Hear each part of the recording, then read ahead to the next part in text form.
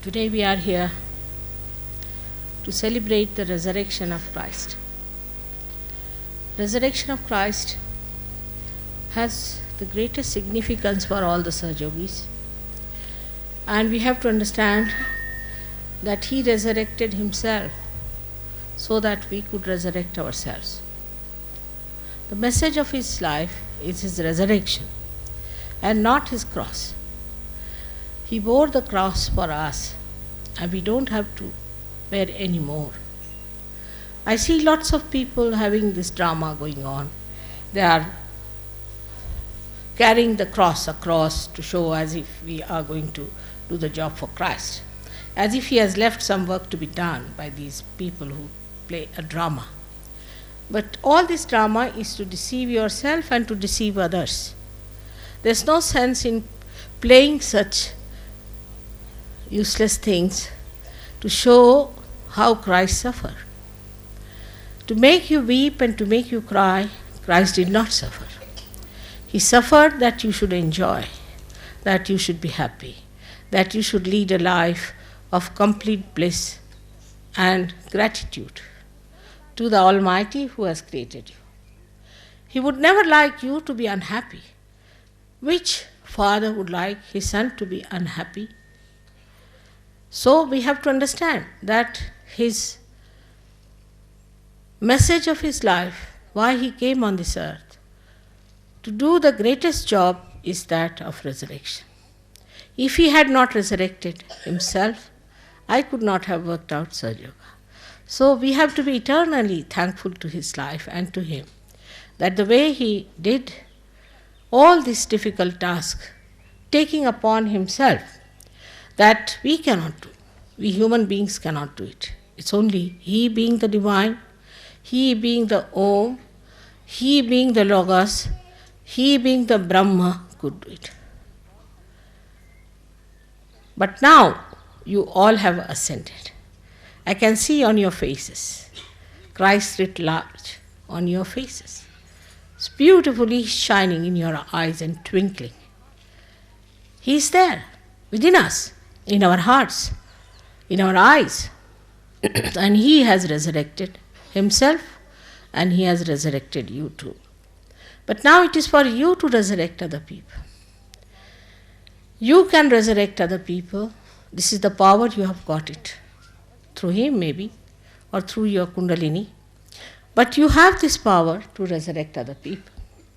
But first and foremost thing, you have to be strong like Christ. How He obeyed His mother, and how He obeyed all the demands of His life. How He was committed, and how He dedicated Himself to this single task.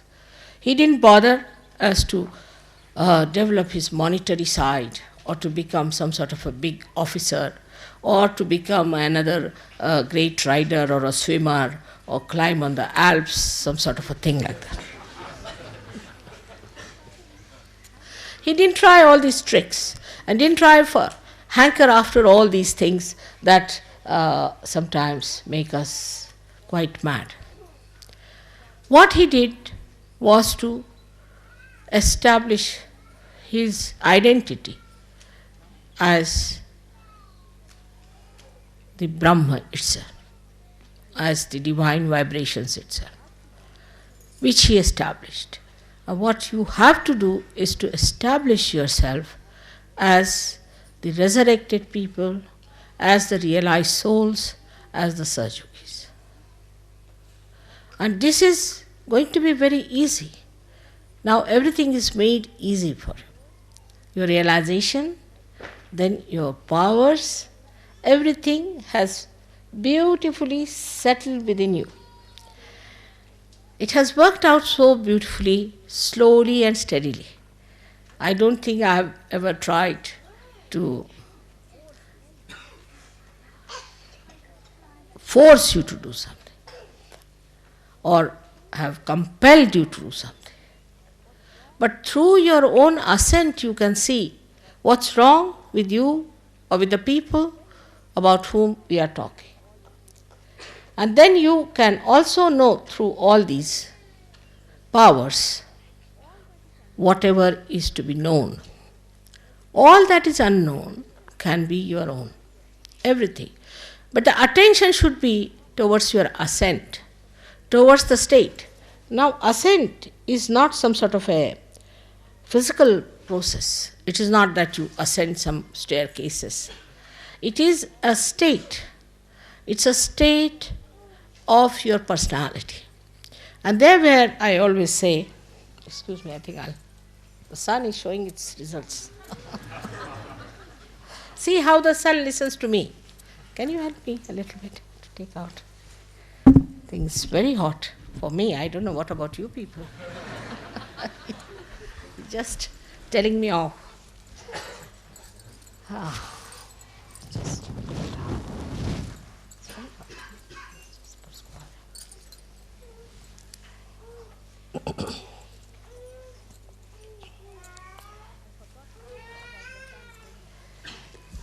I forgot to tell you about the sun, so he's just troubling me. So I better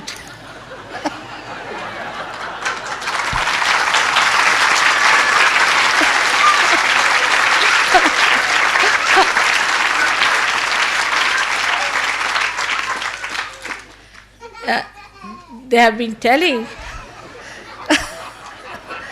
for the last 1 year, you see, we've been thinking of coming here for this puja. And I was very anxious that we should have the Easter puja here. But the dates were not very suitable because those days the moon would be waning. So I thought, how will I do it without the moon? We have to have the moon there, it's important. So I thought we'll have it sometimes later. And suddenly it happened that I had to come here. Luckily, I was here. And then on the television for the last 1 week, they have been telling that it's going to rain heavily, it's going to be very clouded, and the temperature is going to be very bad, and it's going to be very, very heavy rains.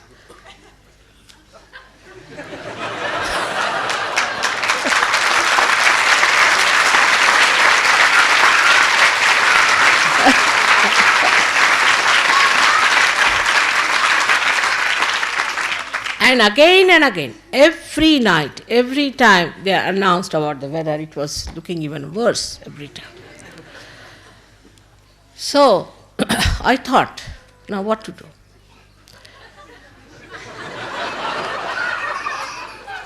If you ask the clouds to move out, you have to have a tremendous breeze, and that may spoil your tent. So somehow or other, see, I just told the clouds that you better move on to Newfoundland. Slowly, steadily, not with great speed. And they did it. And then the sun, which was very bright, came out. Early in the morning, I saw him. Red like my sari. So beautiful it was. We were all asleep, but I was awake very early.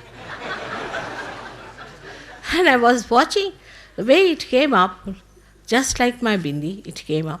I saw it. I said, look at this sun. You see. How obedient, how dedicated, how beautiful. Whatever it is, today is Mother's puja, you have to have proper light, you have to have proper temperature. Just look at the sky, look at everything. And then gradually it became pink like your faces. It's beautiful. It became pink, beautifully pink, and then now it's shining. I'm sorry I should have given full tribute to the sun the way he has acted. So that's why he's troubling me a little bit, just to remind me. So, as you know, the sun is this Agya Chakra. Christ resides in the sun. And in the body, in the being, he is the spirit. When he is the spirit, he is the moon. And when he acts on the Agya, he is the sun. Now, We have seen in his life that he was absolutely, spotlessly immaculate. He had no defects in him. He was a perfect personality. Then why did he want to resurrect? One can ask. What is in his time is the resurrection. His resurrection is like making the way through the Agya Chakra for all of you to pass through it. He was like the gate, or we should say he was the one who opened the gate for all of you. Because he was so perfect, he had no problems as we have of our chakras, our kundalini. He had no problems. But he was the complete compassion in the nature of vibrations. Vibrations became complete compassion. So much so that even when he was resurrected, and even before that when he was crucified, he said that, "Oh God, the Father, please forgive those people, because they do not know what they are doing." Such forgiveness, such compassion. And the mother had to watch all that, keeping quiet, because that was the game. That was the thing one has to do. He had to play his game, and he played it so well. So now when we talk about Christ, we have to remember one thing, that he has done all this for us. Now what are we going to do for him? He is the pattern we have to follow. Supposing if that is the pattern we have to follow, then it's not that we carry the cross on our shoulder. That's not the pattern you have to follow. Many people think because he carried the cross, we can carry the cross. Anybody can carry the cross. In India, if you give about 5 rupees to a loader, he can carry a cross across. What is so great about it? What is so great in carrying a cross on your shoulder? It's something great. Any wrestler can do it. Anybody can do it. That's not the point. The point is we have to carry the work of Christ of resurrection. That is what we have to realize. We have to understand the importance of our being, of our lives. Like Christ understood that he has come for this great job here. And though he came as a human being, though he came as an ordinary son of an ordinary carpenter, though on this earth he had a body and he lived like other human beings, still he knew what he had to do, he knew what he had to achieve, and he achieved it. I think his was the most difficult task which he achieved, and which he furnished it so well that today we are having all the benefits of that. Now, let us see if we have done something for Sahaja Yoga or not. We all should examine ourselves. What have we done for Sahaja Yoga? Not carrying the cross, I mean to say. Some people think when they travel in India and if they carry the luggage of people downward, they are carrying the cross of Christ. That's not the way. It's something very, very serious one has to think about. And that seriousness is how far we have achieved that state. For that, what have we done? And a simple thing I've been asking all of you, you have to meditate every day. All of you have to meditate every day. But somehow, nobody has time to meditate. We are having these watches just to know that we have to meditate. Not for anything else. Our lives are for meditation. You need not spend all your 24 hours, but you have to meditate. Every day you must meditate. If you meditate, your children will meditate. And meditation is such a simple thing for you, made so easy, that all the elements you can see, work it out. All your chakras are made of different elements. And when you clear out with the different style, you know all the methods and the techniques of Sahaja Yoga. With that, when you clear out these chakras, when you clear them out, you are absolutely free, absolutely at that stage where you have to be. But if you do not do this much even, is to meditate, is going to be very, very difficult for me and for you to achieve for which you have come on this earth. It's a tremendous task that I have taken over. I know that. But I know how to do it. And you also know how to do it. But the trouble is, you get entangled into your different conditionings. Now, by now, you must have realized all these so-called religions, in anybody's name, whether it is in the name of Islam, in the name of Christianity, in the name of Hinduism, in the name of Sikhism, all this is falsehood. It has no truth in it. They have all tried to use it for their own purposes. There's only one truth, and that is all these great prophets and all these great incarnations came on this earth for your ascent and not for establishing those religions who are just interested in money. In these religions also you'll find there are people who are either left-sided or right-sided. There are some religions which preach, oh, you should be very, very strict. You should not do this, you should not do that, you should not drink, you should not smoke. There are some who say you should not marry, you should not look at women, you should not look at men. All kinds of restrictions.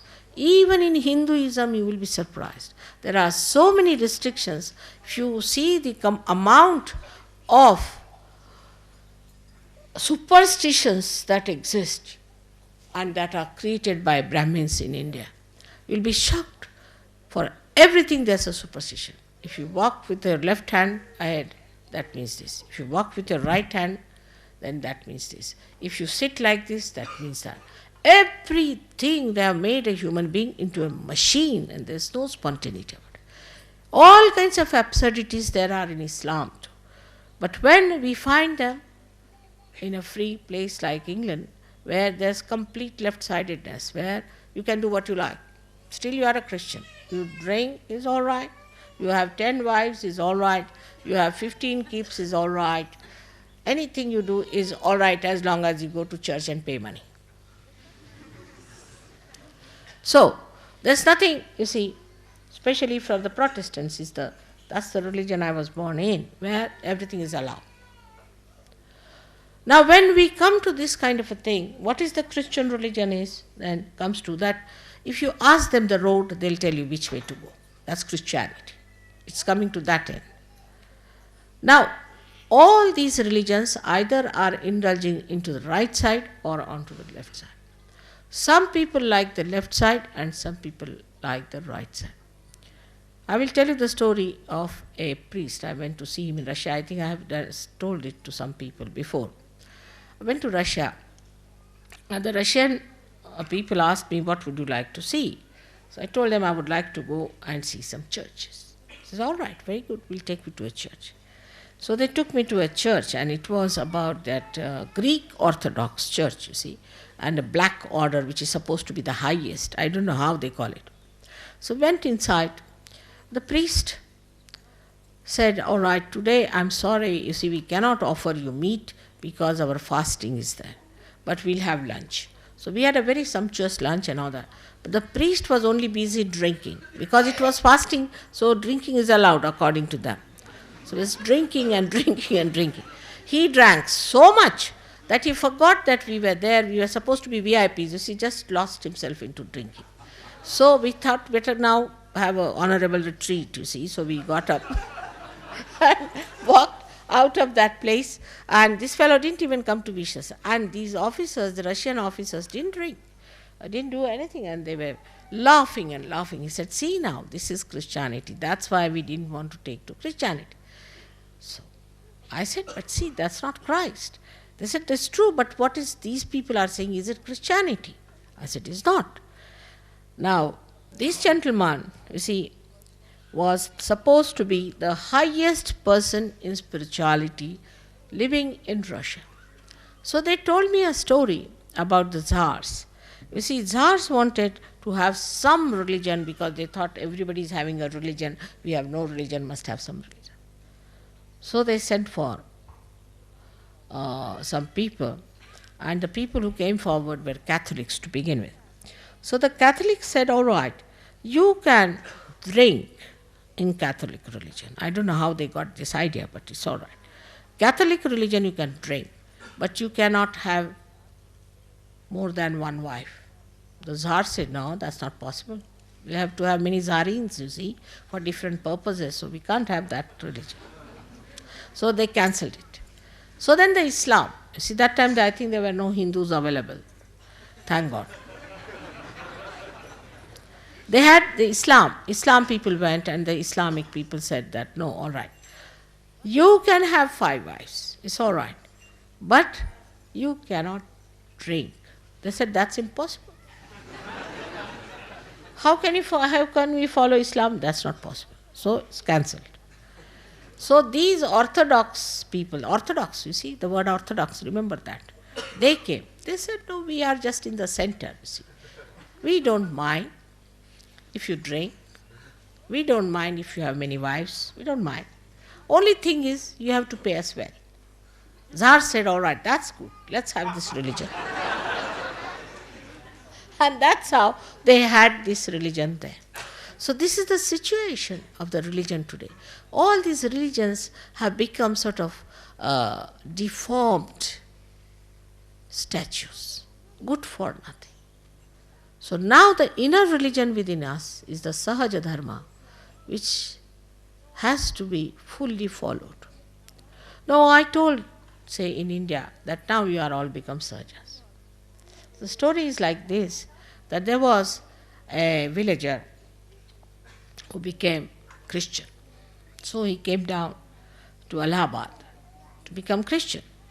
So he told them that you have to give me a big name because now I'm Sahab, you see, I'm become Englishman, so you better give me a big name. So what name you want? They said, give me the name of Alexander the Great. So they called him Alexander. But his name was Blondie, you see. His real Indian name was Bhura. So they called him Alexander Bhura. So Mr. Alexander Bhura came to Allahabad and went to the river Ganges for having his bath. So the priest said, the pastor, he said, you can't do that. He said, why? Why can't I do that? He said, no, you can't go and have bath in the river Ganges because the Christianity will drop out, you see, if he goes and has bath in the river Ganges. So this you can't do. So Alexander Bhura said, if I have become Sahab, I have become an Englishman, that doesn't mean I have given up my religion. You see, this is exactly what is happening to us when we try to follow any religion whatsoever. Now we are all identified with our so-called religions in which we were born. For example, if I told Indians, now you don't go to temples. You are not to go to any temple, even if it is a Swayambhu temple, unless and until you have told me don't go to a Swayambhu temple at any cost. There are many churches also where there are very good statues, we can say, or have got something which are really Swayambhus. But there are very few. So you tell me and then go. But they won't listen to me. They won't listen. And when they go there, they catch on their agyas. Once I went to see one temple, which was of course a Swayambhu temple, no doubt. So some Sahajogis decided to go there. But I didn't ask them, they didn't tell me. When they came back, as soon as they saw me, they all fainted. I said, what happened? Where did you go? Oh, we went to this temple. I said, why? You never told me. What do you have here? You see, the Brahmin put the tika on, it's finished. Then it took them 1 month to clear out. Now they don't go. They had enough of it. The same with the Christians. Now, the other day I heard about the Paris episode, where people wanted to have weddings in the church in Paris. So they must have special dresses. Somebody came here to buy some special dresses from what shop is that? What name? Some big name. So the special dresses must be mourned because they have to go to the church. And when they came out of the church with those dresses, they had become bhoots.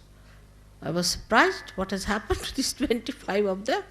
What has happened is that in the church there are many dead bodies buried. They are all cut. So when you go also to see the beautiful architecture, go with a detached mind. Don't think that you belong to that church. Don't belong to any church. You don't belong to any temple. Don't belong to any one of these forms. Then only you will ascend. And I have to tell you today that Christ did not belong to any religion. He didn't follow any religion. He followed his own spiritual religion. When he went to one church where there were people who were discussing, the Jews, he went there and he was talking to them. The other day I saw a beautiful painting. They had given on the newspaper a very beautiful, famous painting where Christ is talking to the doctors and he's rubbing his left swadhisthana very nicely, and all the doctors, you see, one of them is listening to him, one of them is looking at him, sneering at him, another one is little bit paying attention to him. He's just rubbing his left swadhisthana. It's clearly, you can see it so clearly. And so now, with these new achievements, you must rise above all these things, and you must understand that we have to be very independently looking at ourselves. We are no more belonging to any religion. We belong to the religion of God, which is Sahaj. And Sahaj is the religion, it will spread only when you really become nothing but Sahaj. But that's something I don't understand. It doesn't work out. I met somebody from, I forget that, there was say called Ahmadi or something, who was supposed to be a incarnation or something. His disciples absolutely should say that they behave in such a manner that you can't believe it. How ardently they believe in this man. Whatever he says, whatever he does, how they believe in him, it's very surprising. You meet anyone who is following any guru, anyone, you'll be surprised the way they are fanatic about this fellow. They will not hear anything against, leave alone that. But if he says you stand on your head for the whole night, they will do it. I don't know what happens when it comes to falsehood. We try to follow it, and when we know the truth, this is the truth, then we take advantage and we try to compromise. We think the truth will not do anything about it. Not that truth will punish you. It will not, because you are realized souls. It will not. It will not punish you up to a point. But remember that Ekadasha is absolutely working at the same time. If you do anything wrong, like these people went to the church, they were all caught. Now they may say that, Mother, why should we be caught? We are Sahajogis. Because you are vulnerable. You are vulnerable. Yet you have not reached that stage. If you reach that stage, then when you go there, all the church people will come out of the church and run away. They will start shaking before you. They will not know what has happened. I have seen when I enter into any church, all the candles start going chak, chak, chak, chak, chak, chak, chak. And people start wondering what has happened.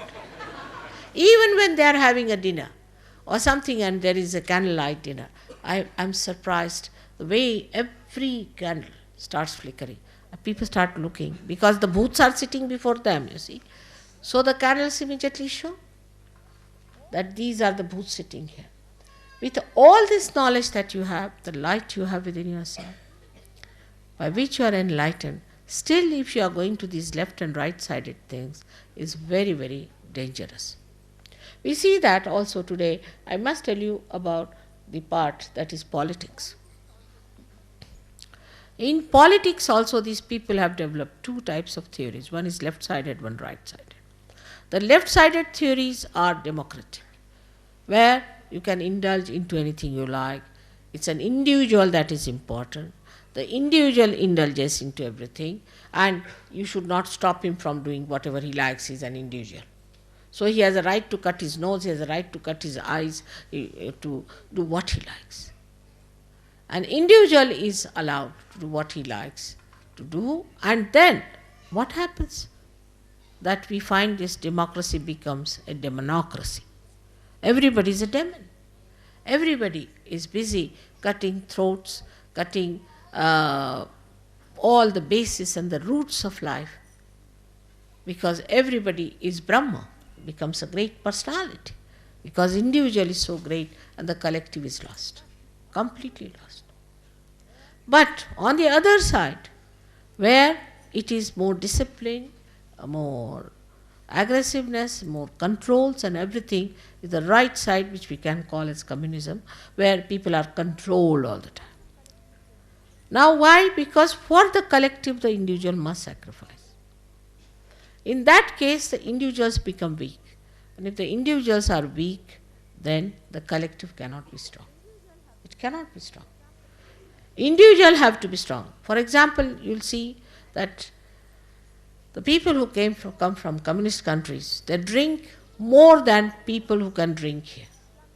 Or those who come, say, from Islamic countries where they don't touch anything, can drink more than even Sardarjis. So you can imagine what is the situation of human beings is, that out of fear, if you try to control him, he goes to the right side. But he is in no way perfected. He is not transformed. He doesn't accept the situation. He doesn't become that. He doesn't have that power to control himself. He doesn't get over his sinning aptitudes. He's still there. As soon as he gets a chance, he falls into it. So that fails. So the individuals are weak in that case. And where there is complete abandonment, do what you like, live the way you like, indulgences, all kinds of things. So you find, every day you see and you say, oh God, this is a decadent society, this is happening. Decadence is because an individual whom you have given all these powers has no power to bear them. An individual cannot bear money. He cannot bear power of any kind. He cannot bear love. He cannot bear kindness. He cannot understand peace because he is still an individual. But when an individual becomes the collective, this is the ascent through the central path. When he becomes the collective, in his strength, he strengthens the collective. And also the collective looks after, protects and guides the individual. This is what Sahaja Yoga is. So the politics of Sahaja Yoga is that you have to become the collective personality. And there where we feel that still we are something great, we are different, we are Indians or we are from England or from France, still if you are identified, then you are not collective. In collective sense, we are all one, part and parcel of one being. Then you are really acting as collective being, and you are one with the divine, where the sun is looking after you, the moon is looking after you, the winds are looking after you, all the Mother Earth and all these elements are working, ether, everything is working for you, and you are so well protected and blessed by this special quality to enjoy the joy. Then you really become sensitive to that joy. When you are one with the whole. Like if supposing this finger or this finger is not one with the whole, is numbed out. As it happens in leprosy, what happens? That this finger becomes numbed out. Even if a rat eats it off, we don't know. Because there's no connection, no nerves acting, it's insensitive. In the same way, if you are not collective and not bothered about collective, you are going to be dropped out. You are not going to be there to enjoy the beauties of your own glory and that of the collective. So one has to understand that we have to be strong ourselves, we have to ascend, and we have to be collective. It's very easy to find out faults with others. Very easy to find faults with the leaders. Very easy to find faults also with Sahaja Yoga, sometimes with me. Better find faults with yourself. The rest I'll look after. First you just find faults with yourself and try to understand others and love others and enjoy the company of others. This once you decide that we have to enjoy, I tell you, it's so spontaneous. Just this decision, this faith within you that I'm going to enjoy now my spirit. I'm going to enjoy the collective within me, that's the spirit. Just this decision itself will give you the power to enjoy. But decision should be firm. No hypocrisy, no playing games, no ego, no conditioning, nothing. Just pure desire within us that we have to be the spirit. And the spirit which is the collective being within us. I hope today on this day of resurrection, we have to be thankful to Christ very much for showing us the way. And also we have to be very much concerned and alerted about ourselves. Where are we? Where do we stand? What are we up to? What are we doing? What is our responsibility? What is expected of us? Why all these blessings are given to us? There's no sacrifice in such work. No sacrifice. Nobody wants you anything to commit or to do or to membership or anything like that. I think it's my commitment, as I said, that God has the commitment, but you also have one commitment, that your desires should be pure. That's the only thing, that let my desire be pure. No impurities of any kind should work it out. As Christ had his desire so pure, and that's what he achieved, I'm sure you all can achieve a lot in your life. Today is my 65th birthday. Now imagine, I'm 65 years of age. And at this age, most of the ladies, you see, just, I don't know what they do. So, now you must come up and work out everything as far as possible, thinking that we all have to stand up. Now the children are coming up. They are also going to stand up. You are all looking younger to me and younger to me. Every day I see you look younger. Sometimes I don't even recognize you the way you look younger. And I think, is he the son or is he the father?